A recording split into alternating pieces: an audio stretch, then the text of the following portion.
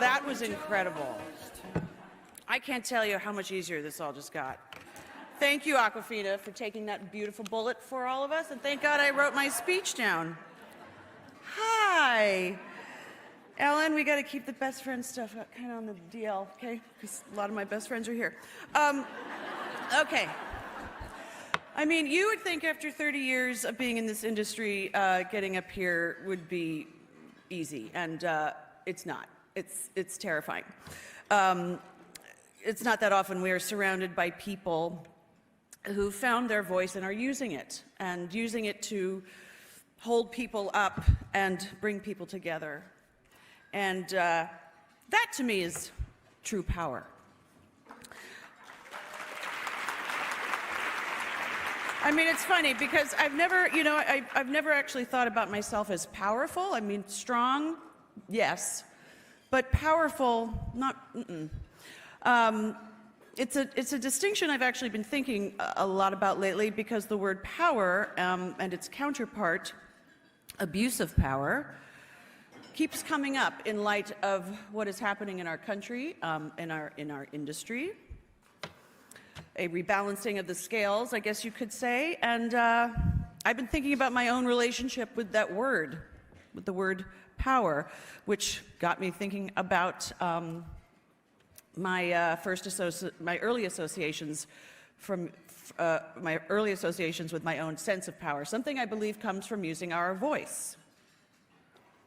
And I remembered a parental figure saying to me, around the rather critical age of about 11, after a dinner party, that I was excused from the table because I didn't have anything interesting to add to the conversation. Ouch. And it stuck with me. It stuck with me like painfully worded sentences can. And if I'm being honest, and I'm being honest because I'm 50, and that comes with the territory. That's right. So I carried that sentence with me into adulthood. And I always felt incredibly comfortable giving, a voice to the words of others, but put me at a dinner table with strangers or at a podium like this, and I go right back to being 11 years old. The last 2 years has made me think a lot about the messages that we send young kids, little girls especially, how the things that we say and do can either build them up or it can tear them down and make them feel like maybe their voices don't matter. And it wasn't until Friends took off that I started seeing myself in a different light. I started meeting all of these people who expressed to me how much the show meant to them, how it lifted their spirits during a bad breakup or got them through an illness. And I was just so incredibly moved by that. And I began to change the way I thought about my own voice and what it meant to have a platform to use it. Still no prompter. And then enter Marlo Thomas. Marlo Thomas, as some of you might remember, she was my mama on Friends, and I remember one day we were on set, and she said to me, "I'm going to this St. Jude gala tonight. Would you like to be my date?" And I said, "Yeah, I'd love to be your date," and go to that. So there we are at this big, elaborate gala. There's tuxes and gowns and tiny little food on toothpicks that you can't eat in any dignified manner. And I sat down at the table, and they started to roll this tape of the hospital. And I sat there watching it, moved to tears, and that was it. That was it for me. I wanted to be a part of this extraordinary organization. And that was 25 years ago, and I am very honored to be a part of St. Jude. And I've been in love with them ever since. And right around this time, every fall, we shoot the PSA for the holiday PSA, and I get to spend a day with a family of St. Jude. And I always say it's the best day of the year and the hardest day of the year. And a few years back, I met a little girl named Sawyer, who I still think about to this day.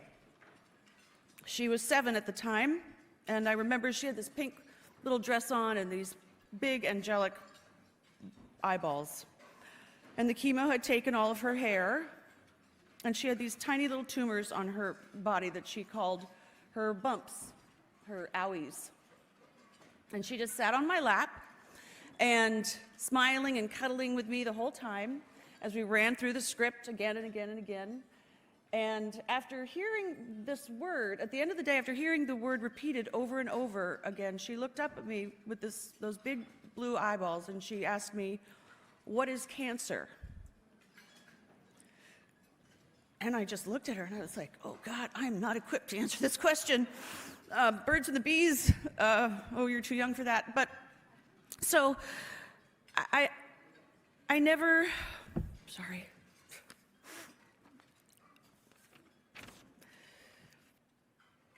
But seriously, I never forgot about that moment. Here was this little girl who was fighting this deadly disease every single day, and she didn't even know what the word was for it. And it was just part of her reality, and she was just making the absolute best of it. And that's what's unbelievable about these children.